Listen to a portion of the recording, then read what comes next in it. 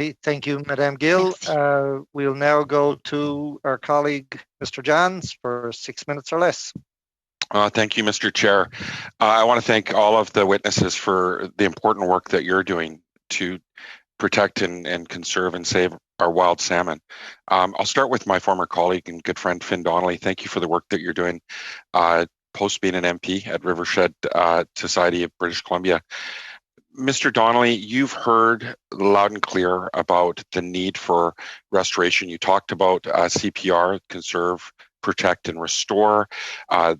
We just heard in the last round of the BC Salmon Restoration Fund that there was $340 million in applications and only $70 million approved. So clearly it's oversubscribed. The need is great. We heard from First Nations at this committee that they were rejected, and they said if they weren't funded, that really, and groups along the Fraser and throughout coastal British Columbia, soon that our wild salmon were going to be in a dire situation and extinction was imminent. Can you talk about how important it is for the government to step up its game federally, and what kind of investment is needed now, especially with the opportunity with COVID and COVID recovery plan, since a lot of this work is physical distancing that could be done now, and the timing of it? Thank you, Mr. Johns, for the question, and thank you for your good work representing the West Coast of Canada.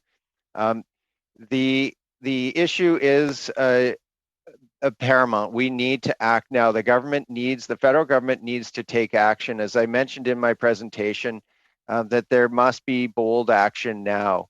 The issue is if we don't act, if the federal government does not act now, we are on the brink of losing our West Coast wild salmon and our way of life. So the kinds of investments we need to magnify or need to reflect that. So if we were talking dollars, one of the things we were talking about is an immediate investment of $500 million for just the Fraser watershed alone over the next 10 years, so $50 million a year. Even that is a modest investment. You mentioned the BC Salmon Restoration Innovation Fund. That is a good start, $142 million over 5 years, but it is not sufficient. You just mentioned the need in all the different communities, First Nation and other communities that want to restore their watersheds, and they have not been able to do that. The funds needed need to be increased. So an opportunity presents itself currently with COVID to get people back working. We have had economic devastation around globally in Canada and on the West Coast. This offers an opportunity to partner with the provincial government and focus on watershed CPR, focus on watershed security, secure our watersheds, and make an investment and a move with bold leadership to signal to Canadians that this is a serious issue and that we are taking this issue seriously.